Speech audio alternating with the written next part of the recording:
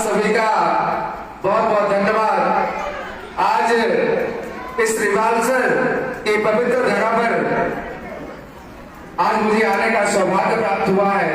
इस धरा को मैं नमन करता हूँ, वंदन करता हूँ, जो कि ये संगम है और मैं भी प्रयागराज संगम से ही आ रहा हूँ। आप सबने सुना होगा। और ये भी एक सनातन का अद्भुत संगम है, जहाँ पर हिंदू, बौद्ध और जैन, जहाँ की तपोस्थली रही है, धर्मस्थली रही है, ऐसी धरा पर आज मुझे भी आने का सौभाग्य प्राप्त हुआ है। मैं पूरे राष्ट्रीय हिंदू संगठन परिवार की तरफ से यहाँ के विद्यालय प्रबंधन को मैं हार्दिक धन्यवाद ज्ञापित करना चाहता हूँ। आज मेरे साथ मंच पर उपस्थित विद्यालय के चेयरमैन श्रीमंत भगवान प्रसाद शर्मा जी, प्रधानाचार्य श्रीमंत किशन चंद्र ठाकुर जी, पीटीए प्रधान श्रीमंत ब्रजलाल शर्मा जी, आज का संचालन कर रहे एवं राष्ट्रीय हिंदू संगठन के हिमाचल प्रदेश के प्रथम सदस्य श्रीमंत हंसराज शर्मा जी एवं सभी माननीय अभिभावकगण एवं प्यारे प्यारे बच्चों, आप सभी का मैं हार्दिक धन्यवाद, हार्दिक आभार एवं हार्दिक स्वागत करता हूँ एवं हिंदू नववर्ष की आप सभी को मैं ढेर सारी शुभकामनाएं देता हूँ। Happy new year. अब हैप्पी न्यू ईयर हमें 31 दिसंबर को नहीं बोलना है, अब हमें अपना हिंदू नववर्ष मनाना है। आज मैं संगम पब्लिक स्कूल के यहाँ के समस्त प्रबंधन का मैं धन्यवाद ज्ञापित करना चाहता हूँ और आप अभिभावकों का भी मैं धन्यवाद ज्ञापित करना चाह रहा हूँ कि आपने एक ऐसे विद्यालय पर अपने बच्चों का दाखिला कराया है जो सनातन संस्कृति से आपके बच्चों को, आपकी पीढ़ी को जोड़ रहे हैं। और ये सबसे बड़ी कमाई है। अगर ये संस्कृति से नहीं जुड़ेंगे तो ये संस्कारों से नहीं जुड़ेंगे, अगर ये संस्कारों से नहीं जुड़ेंगे तो 18 साल बाद आपको पहचानेंगे नहीं कि कौन है आप। इसलिए अगर आप चाहते हैं कि ये चाहिए, ठीक है कि आपका बेटा आईएएस बने, आपका बेटा डॉक्टर बने, लेकिन अगर आप ये चाहते हैं कि ये बेटा मेरे बुढ़ापे में मेरा सहारा भी बने, मेरी सेवा भी करे, तो आपको अपने बच्चों को सनातन संस्कृति और संस्कारों के साथ जोड़ना ही होगा। अगर आपने भौतिकता में आकर के पाश्चात्य संपदा की ओर अपने बच्चों को लेकर के जाएंगे तो निश्चित रूप से बच्चों का तो जो भविष्य अंधकार में होगा, लेकिन आपके भविष्य का क्या होगा, आपको इस पर विचार करना होगा। और मैं सभी से निवेदन करूंगा, मैं अपनी बात 10-15 मिनट में समाप्त करूंगा, लेकिन सभी बच्चों से, सभी बच्चे ध्यान दें। हेलो, सुनिए, आप सभी ध्यान दीजिए। 15 मिनट में बोलूंगा, लेकिन 15 मिनट में चाहता हूं कि मेरी बातें आप सब सुने। मोबाइल, फोन, बातचीत ये तो सब चलता रहना है, इससे तो व्यक्ति निकल ही नहीं पा रहा है। लेकिन थोड़ा सा अपने संस्कृति और अपने संस्कारों को लेकर के, अपने धर्म और संस्कृति को लेकर के कम से कम थोड़ा सा हमें समय निकालना पड़ेगा। इतने अच्छे अच्छे वक्ता यहाँ पे बोल रहे थे और आपके हित के लिए बोल रहे थे, लेकिन मैं देख रहा था कि किसी का बहुत ज्यादा लोगों का ध्यान वक्ताओं की बातों पर नहीं था, इसलिए मुझे ये बोलना यहाँ पर उचित लग रहा है। और क्योंकि ये ऐसा स्थान है जहां पर बच्चे भी हैं, अभिभावक भी हैं। जो बच्चे न सीख पाए उन्हें अभिभावकों को जिम्मेदारी लेनी कि हमें इनको इस चीज से जोड़ना है। तो आज मैं पुनः आप सभी का धन्यवाद ज्ञापित करना चाह रहा हूं और मेरे साथ प्रयागराज से चल करके आए श्रीमंत जितेंद्र मिश्र जीतू जी, श्रीमंत अभयानंद मिश्र जी, श्रीमंत आशीष जायसवाल जी, मैं आपका भी अभिनंदन करता हूं, आपका भी स्वागत करता हूं। आज समय हमें विचार करने का है। मैं हिमाचल कई बार आ चुका हूं, लेकिन इस बार मैं नए रास्ते से आया और मैंने देखा जैसे हम हिमाचल प्रवेश किए वैसे ही एक टापू में बड़ी मस्जिद सी बनी थी, जहां पे कोई जा नहीं सकता है, वहां पे मस्जिद बनी थी। अब देवभूमि वालों को यह सुनिश्चित करना होगा कि यह मस्जिद किस चीज का संकेत दे रही है। आज देवभूमि में मुसलमानों का इतिहास क्या था, आज हमें ये सोचने का विषय है। क्या इतिहास था मुसलमानों का? आज यहाँ पर आकर के हर गांव हर गली तक घुसने का प्रयास केवल भारत के मुसलमान नहीं, कई देश के अन्य देशों से मुसलमान लाकर के यहाँ पर प्लांट किए जा रहे हैं मदरसों के माध्यम से। और ये कितना घातक होने वाला है मैं आपको इसलिए बता रहा हूं क्योंकि आपको अपने बच्चों को वास्तविक सनातन संस्कारों से जोड़ना होगा। अगर आपने थोड़ा सा भी धर्मनिरपेक्ष के पथ पर उसको चलाने का प्रयास करेंगे तो निश्चित रूप से वह देश का भविष्य खत्म समाप्त करने का कार्य करेगा। तो आपको ये समझना पड़ेगा कि हमारा कौन अपना है और कौन हमारा पराया है और कैसे हमें बच्चों को अपने बच्चों को इस शिक्षा के साथ जोड़ना है। आज मस्जिद का मैंने उल्लेख करने का यहाँ पे कोई विषय नहीं है, ये विद्यालय प्रांगण है, लेकिन मैंने क्यों किया? क्योंकि आपकी संपत्ति पर दूसरे लोग नजर बना करके बैठे हुए हैं और ये केवल पहाड़ों की बात नहीं कर रहा हूं मैं, ये आपके घरों तक की संपत्ति में आपकी नजर लोग बना करके बैठे हुए हैं कि हम इनकी संपत्ति को यहाँ पे कब्जा करेंगे। इस प्रकार की इस देश के अंदर स्थिति बनी है। आज देश के अंदर लगभग, मैं आपको बताऊं, लगभग देश के अंदर 11 राज्यों में सनातन संस्कृति का प्रखर होकर के उसका प्रचार प्रसार करने की अनुमति इस भारत देश में नहीं है। इसी भारत के 11 राज्य हैं और आपसे सटा हुआ जम्मू कश्मीर भी है,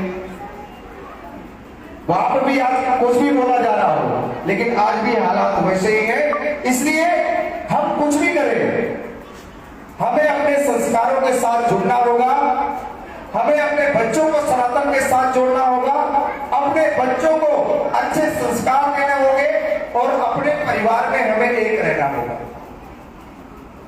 परिवार में एक रहने का मतलब कि आज की स्थिति में अगर देखा जाए, कोरोना काल से ज्यादा देखने को मिला है कि आज हिंदुओं को 4 कंधे भी नसीब नहीं होते हैं, जो कि हिंदुओं का एक ऐसा विशाल परिवार हुआ करता था कि अगर किसी को चोट भी लग जाती थी तब भी बहुत दूर दूर गांव के लोग देखने आया करते थे। सही बोल रहा हूं कि नहीं बोल रहा हूं?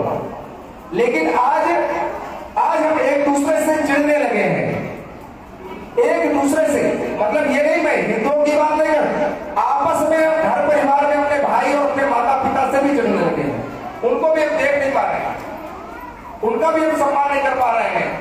आज हम क्या, आपको यह समझ में नहीं आता है कि जो आप बर्ताव अपने परिवार, अपने पिता, अपने माता, अपने भाई के साथ कर रहे हैं, क्या ये बच्चे देख नहीं रहे हैं? क्या ये बच्चे देख नहीं रहे हैं? क्या आप एक छोटी सी कलाकारी करिए और ये उसको आपको सिखाने लगेंगे, बताने लगेंगे, इतना समझदार होते हैं, इतना कैचिंग पावर होती है इनकी, और आप अपने माता पिता के साथ जितना बर्ताव करेंगे, क्या ये लोग करेंगे? और कल के दिन आप इसको कह नहीं सकते बच्चों को कि आप मेरा देख रेख नहीं कर रहे हो, आप मेरी सेवा नहीं कर रहे हो, आप अपनी बहू को लेकर के दूर चले गए, नहीं कह सकते हो। जो ऐसा व्यवहार करता है वह अपने बच्चों से ऐसी आस न रखे कि ये मेरी बुढ़ापे पर सहारा बनेगा या मेरी ये सेवा करेगा या इसकी बहू मेरी सेवा करेगी, नहीं करेगी, क्योंकि वो देख रहा है आपको, वो बच्चा देख रहा है कि आपने अपने माता पिता के साथ कैसा व्यवहार किया है, आप अपने भाई के साथ कैसा व्यवहार किए हैं।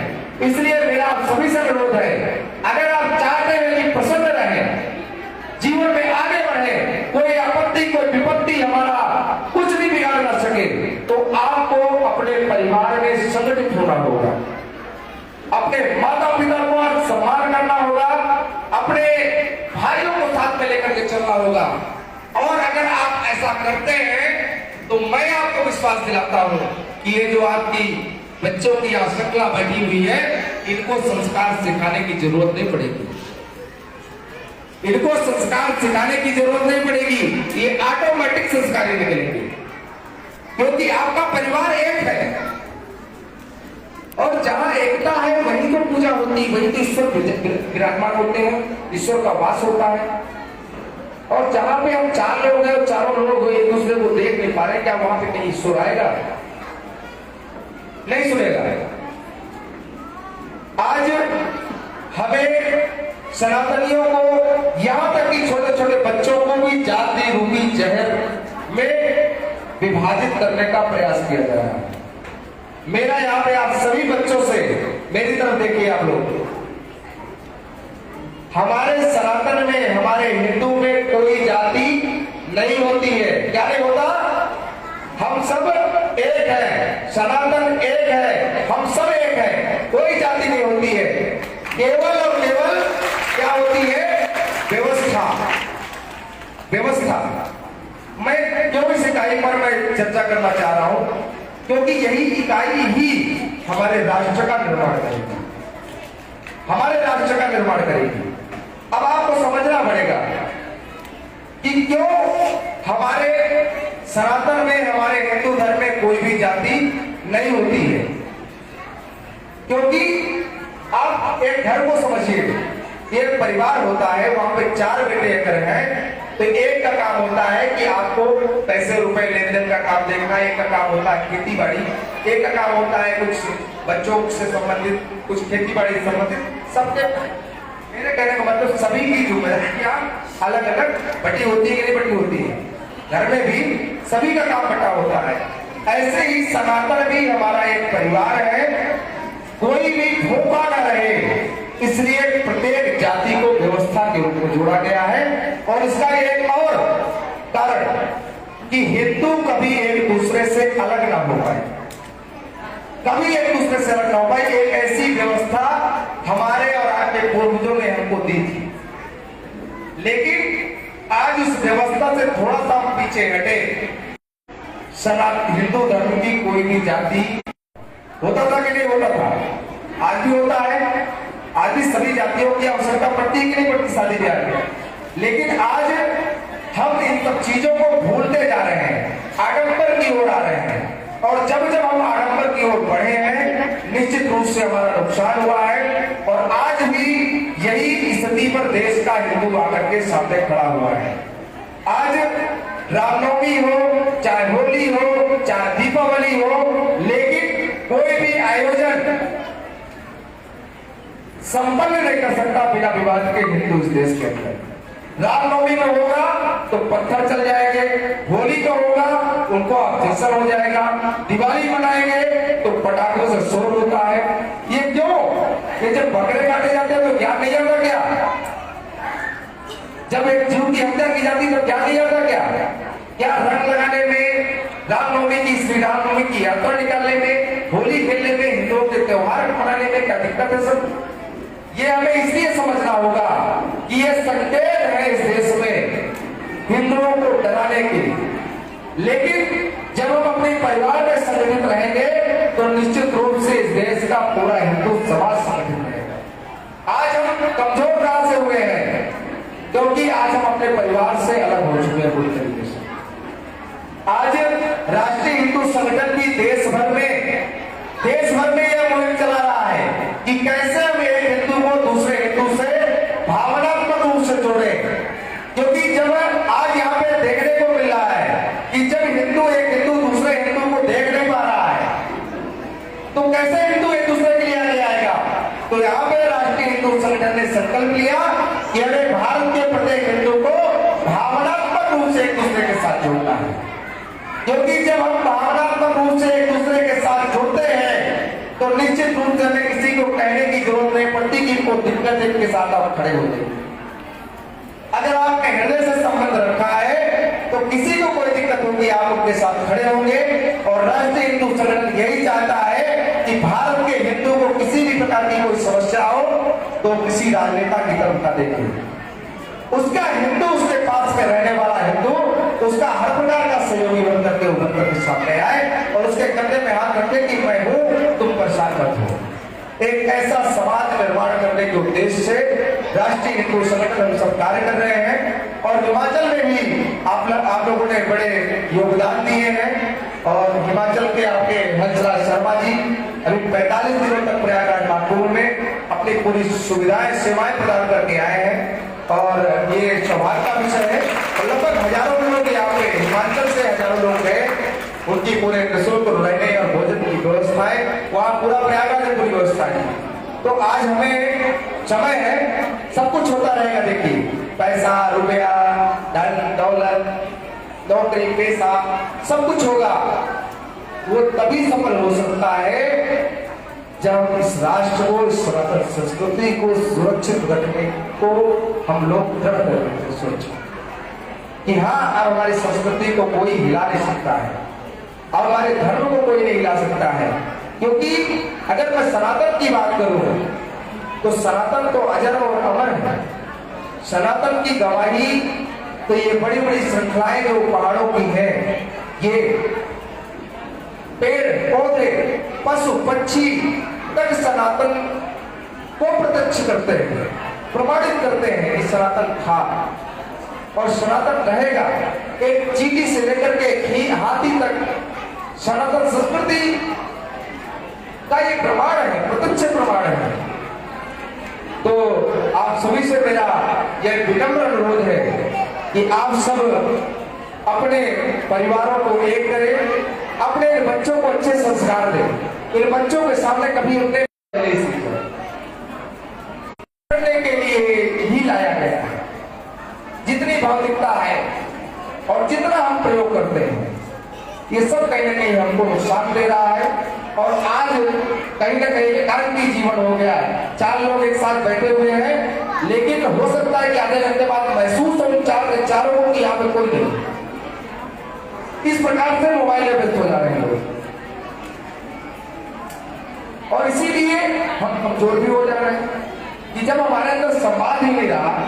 घर में जाता है, वहां पे पेट में मोबाइल लेके लेट जाता है, बेटा अलग मोबाइल लिया है, वहां पे पापा अलग मोबाइल लिया है।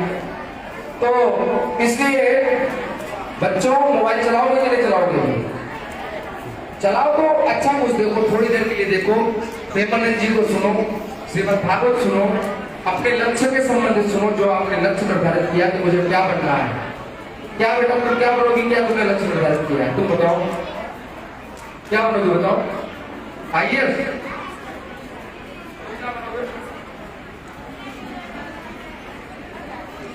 पुलिस बनोगे, किसको गिरफ्तार करोगे? यार वकील बनो।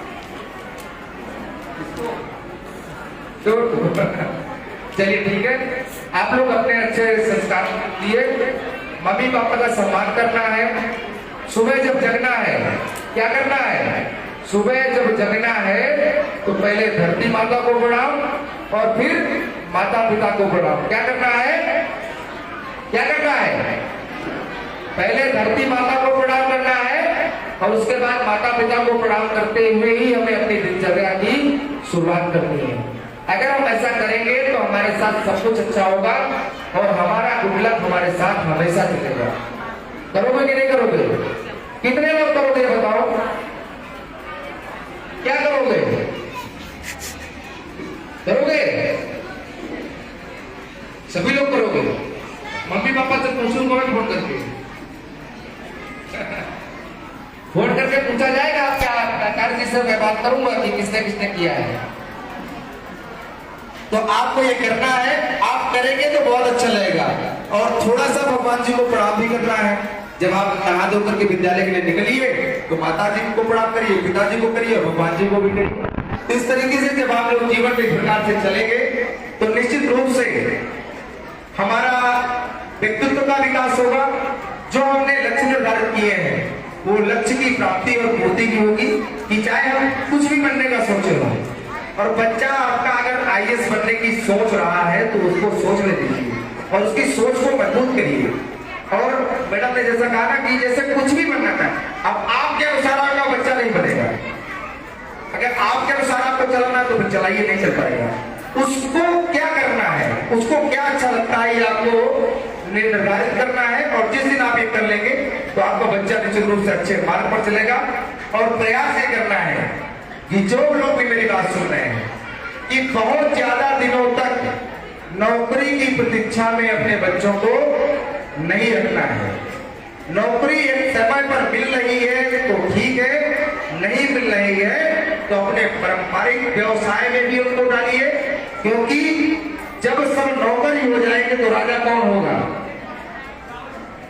तो नौकरी, आज देखिए, आज मैं उत्तर प्रदेश की अगर बात करूं तो अगर हमें पंचड़ बनवाना है अगर हमें गाड़ी रिपेयर करवानी है कार को, तो हमें ढूंढना पड़ता है कि हिंदू मैकेनिक कौन है। यहां तक कि अगर मुझे बाल भी कटवाना होता है, मैं अपनी बात करूं, तो मुझे 10 किलोमीटर दूर जाना पड़ता है, तब जाकर के हिंदू बाल बना होता है। तो हमारे व्यवसाय पर अधिकृत रूप से सभी जिहादियों ने कब्जा कर लिया। तो हमें अपने बच्चों के लिए व्यवसाय भी छोड़ने हैं, उनके सामने वो भी विकल्प रखने हैं, और नौकरी से भी अच्छे होते हैं। अगर बच्चा सही समय पर अपने टारगेट को प्राप्त कर ले रहा है तो ठीक है, अगर नहीं प्राप्त कर ले रहा तो उसको व्यवसाय से भी जोड़ना आपका कर्तव्य है। और मैं आपको यहां से विश्वास दिला करके ये जा रहा हूं कि अगले महीने उड़ीसा भुवनेश्वर में राष्ट्रीय हिंदू संगठन गुरुकुल की स्थापना करने के लिए जा रहा है, और अगले मतलब इसी सत्र में हम लोग हिमाचल मंडी में भी एक निःशुल्क शास्त्रीय गुरुकुल की हम लोग नींव रखने के लिए जा रहे हैं, जहां पे आयुर्वेदिक संस्थान भी होगा, जो कि निःशुल्क हिंदुओं के लिए चिकित्सीय सुविधाएं प्रदान करेगा, और गुरुकुल बच्चों को अच्छी शिक्षा और संस्कार देने का कार्य करेगा। तो आप लोग संगठन के साथ जुड़े रहें, संगठन के संपर्क में रहें। संगठन आपके हित के लिए, आपके परिवार के हित के लिए हमेशा सोचता है, और हमेशा यह सोचता है कि आपका परिवार एक रहे, आप एक रहें। क्योंकि रात को 12 बजे में आपको जरूरत पड़ती तो बगल वाला आपका नहीं आएगा, आपका परिवार ही आएगा।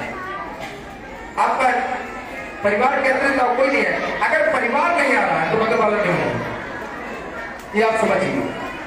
तो अपनी सुरक्षा के लिए, अपने भविष्य की सुरक्षा के लिए अपने परिवार को संगठित करके चलना है। मैं अपनी बात को यहीं पर समाप्त करूंगा। आप सभी का बहुत बहुत धन्यवाद, पूरे हिमाचल प्रदेश का बहुत बहुत धन्यवाद। मैं इस धर्म को प्रणाम करते हुए, आप सभी को प्रणाम करते हुए मैं अपनी बात को समाप्त करता हूँ। भारत माता की जय श्री राम, जय श्री राम, जय हिंदू राष्ट्र, जय हिंदू राष्ट्र।